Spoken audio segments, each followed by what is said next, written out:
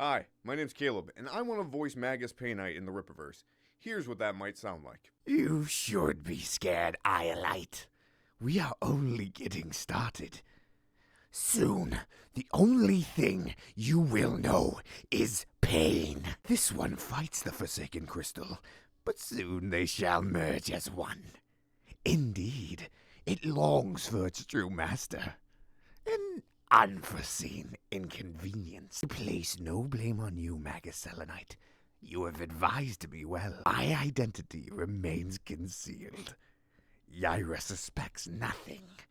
She is so blind by thinking she has found what she has so desperately sought. Her gifts for betrayal shall be pain. For many years I have set forth, crafting the perfect trap, and now the real pain begins. And that's what it might sound like if I were to voice Magus Painite in the Rippaverse. Thank you for watching, and I'll catch you later.